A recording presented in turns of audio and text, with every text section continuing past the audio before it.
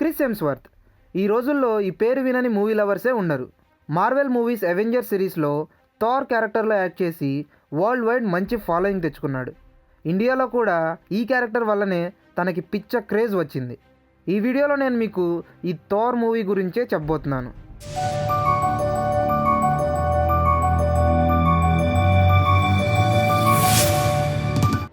965 ఏడీలో యోతున్హామ్కి చెందిన Frost Giants వాళ్ళ leader లోఫీ తమ పవర్ సోర్స్ అయిన క్యాస్కెట్ ఆఫ్ ఏన్షియంట్ వింటర్స్ని యూజ్ చేసి 9 రెల్స్ మీద అటాక్ చేస్తారు.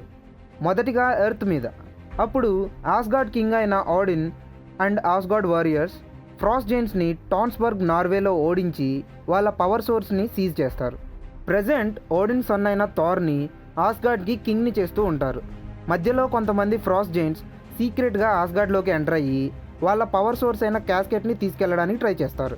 కానీ ఓడిన్ ఆర్డర్స్తో పనిచేసే ఒక డెస్ట్రాయర్ వాళ్ళని చంపి క్యాస్కెట్ని సేవ్ చేస్తుంది. థార్ యోతున్హామ్ వెళ్ళి వార్ చేద్దామని చెప్తాడు. కానీ ఓడిన్ అందుకు ఒప్పుకోడు. నువ్వింకా ఆస్గార్డ్కి కింగ్ కాలేదు అని చెప్తాడు. దానికి కోపంతో థార్ తన brother Loki and friends Sif and the 3 warriors Volstagg, Fandral and Hogun ఓడిన్కి తెలియకుండా యోతున్హామ్ వెళ్ళి ఫ్రాస్ట్ జైంట్స్తో ఫైట్ చేస్తుంటారు. మధ్యలో ఓడిన్ వచ్చి ఇంకా ఆపేయండి అని చెప్తే లోఫీ ఓడిన్తో నీ కొడుకు వల్లనే వార్ మొదలైందని చెప్తాడు. వెంటనే వాళ్ళందరినీ బైఫ్రాస్ట్ ద్వారా ఆస్గార్డ్కి తీసుకొస్తాడు. థార్ ఆరోగన్స్ వల్ల ఓడిన్కి కోపం వచ్చి థార్ పవర్ని హ్యామర్ మ్యోల్నీర్ని తీసుకుని మోర్టల్గా బైఫ్రాస్ట్ ద్వారా ఎర్త్కి పంపిస్తాడు. అలాగే మ్యోల్నీర్కి ఒక కీలాగా ఎవరైనా వర్తి అయితేనే ఆ హ్యామర్ని యూజ్ చేయగలరని, అలానే వాళ్ళకి థార్ పవర్స్ వస్తాయని చెప్పి దాన్ని కూడా ఎర్త్కి పంపుతాడు. థార్ డైరెక్ట్గా వచ్చి న్యూ మెక్సికోలో పడతాడు. అక్కడున్న ఆస్ట్రోఫిజిసిస్ట్ డాక్టర్ జేన్ ఫాస్టర్ తన assistant Darcy Lewis and mentor doctor Erik సెల్విగ్ని కలుస్తాడు. థార్ తను గాడ్ ఆఫ్ థండర్ అని, హ్యామర్ ఎక్కడుందని గట్టిగట్టిగా అరవడంతో భయపడిన డార్సీ థార్ని స్పృహ కోల్పోయేలా చేస్తుంది. అలా వాళ్ళు థార్ని ఒక హాస్పిటల్లో అడ్మిట్ చేసి వెళ్ళిపోతారు.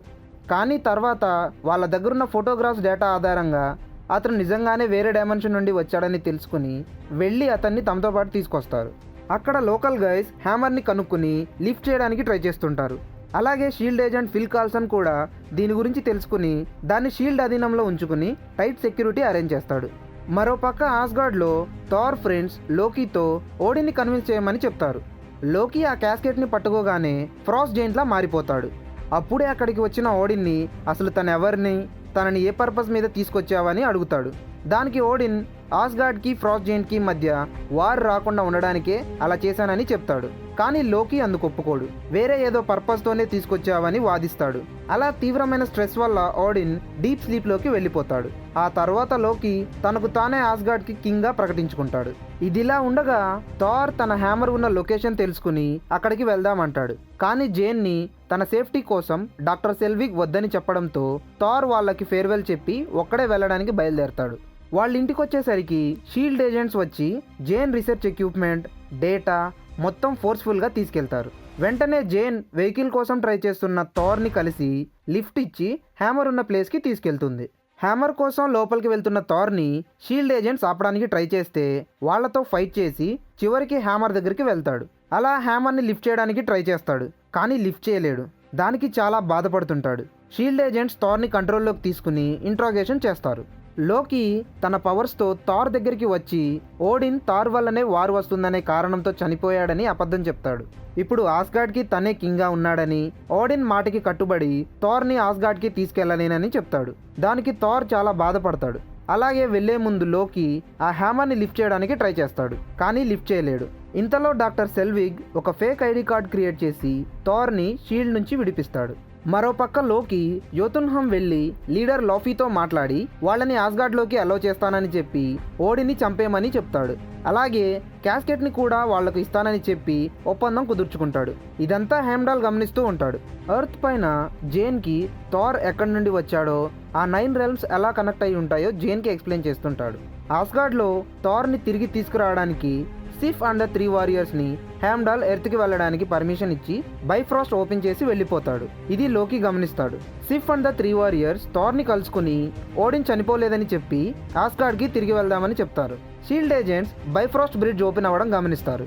ఈసారి లోకీ డెస్ట్రాయర్ని ఎర్త్కి పంపి థార్ని చంపేయమని చెప్తాడు. థార్ ఫ్రెండ్స్ డెస్ట్రాయర్తో ఫైట్ చేస్తుంటారు, కానీ వాళ్ళందరినీ డిఫీట్ చేసి అక్కడంతా డెస్ట్రాయ్ చేస్తుంటుంది. ఇక థార్ వాళ్ళని వెళ్ళిపోయి లోకీని ఆపమని చెప్పి అందరినీ కాపాడడం కోసం సాక్రిఫైస్ చేసి డెస్ట్రాయర్ దగ్గరికి వెళ్తాడు. లోకీతో ఇక్కడున్న ప్రజల్ని వదిలేసి తనని చంపేయమని ఇప్పటి వరకు చేసిన వాటికి సారీ అని చెప్తాడు. అప్పుడు లోకీ డెస్ట్రాయర్తో థార్ని డైరెక్ట్గా అటాక్ చేయిస్తాడు. థార్ చనిపోయాడని అందరూ అనుకుంటారు. డీప్ స్లీప్లో ఉన్న ఓడిన్ ఇదంతా గమనిస్తూ బాధపడతాడు. థార్ తన సాక్రిఫైస్ వల్ల వర్తీ అవ్వడంతో హ్యామర్ మళ్ళీ తన దగ్గరికి వచ్చి థార్ పవర్స్ రీస్టోర్ అవుతాయి. ఆ సీన్ చూస్తుంటేనే గూస్ బంప్స్ వస్తాయి. థార్ డెస్ట్రాయర్ని డిఫీట్ చేసి నాశనం చేస్తాడు. షీల్డ్ నుంచి Jane research data and equipment తిరిగి ఇప్పిస్తాడు. ఆస్గార్డ్లో లోకి క్యాస్కెట్ యూజ్ చేసి హెమ్డాల్ని ఫ్రీజ్ చేస్తాడు. అలానే ఫ్రాస్ట్ జైంట్స్ని బైఫ్రాస్ట్ ద్వారా ఆస్గార్డ్లోకి అలో చేస్తాడు. లాఫీ ఓడిని చంపబోతున్నప్పుడు లోకీ వచ్చి లాఫీని చంపేసి ఓడిని సేవ్ చేసినట్టు చేస్తాడు. థార్ ఎర్త్ పై నుండి బైఫ్రాస్ట్ ఓపెన్ చేయమని హెమ్డాల్ని పిలుస్తాడు. ఫ్రీజ్ అయి ఉన్న హ్యామ్డాల్ బయటపడి బ్రిడ్జ్ ఓపెన్ చేస్తాడు. థార్ జేన్కి మళ్ళీ తిరిగి వస్తానని మాటిచ్చి తన ఫ్రెండ్స్తో పాటు ఆస్గార్డ్కి తిరిగి వస్తాడు. లోకీ అప్పుడు తన క్రూయల్ థాట్స్ బయట పెడతాడు. ఫ్రాస్ట్ జైంట్స్ ఓడిన్ని చంపడానికి ట్రై చేశారనే రీజన్తో బైఫ్రాస్ట్ యూజ్ చేసి యోతున్హామ్ని డెస్ట్రాయ్ చేసి తను వర్తీ అని ఓడిన్కి ప్రూవ్ చేసుకుంటానని చెప్తాడు. కానీ థార్ అందుకు ఒప్పుకోడు. ఇక థార్ అండ్ లోకీ ఫైట్ చేస్తూ థార్ దాన్ని ఆపడానికి ట్రై చేస్తాడు. కానీ కుదరకపోవడంతో బైఫ్రాస్ట్ బ్రిడ్జ్ని నాశనం చేస్తాడు. ఓడిన్ మేల్కుని వచ్చి వాళ్ళిద్దరినీ బ్రిడ్జ్ నుండి పడిపోకుండా కాపాడతాడు. కానీ లోకీ చేసిన వాటిని ఓడిన్ ఒప్పుకోడు. దాంతో బాధపడిన లోకీ తనకు తానే బ్రిడ్జ్ నుండి పడిపోయి సూసైడ్ చేసుకుంటాడు.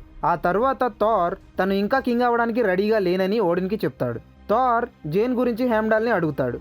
ఎర్త్ మీద జేన్ తన టీంతో థార్ కోసమే సెర్చ్ చేస్తుందని చెప్తాడు. That's the story.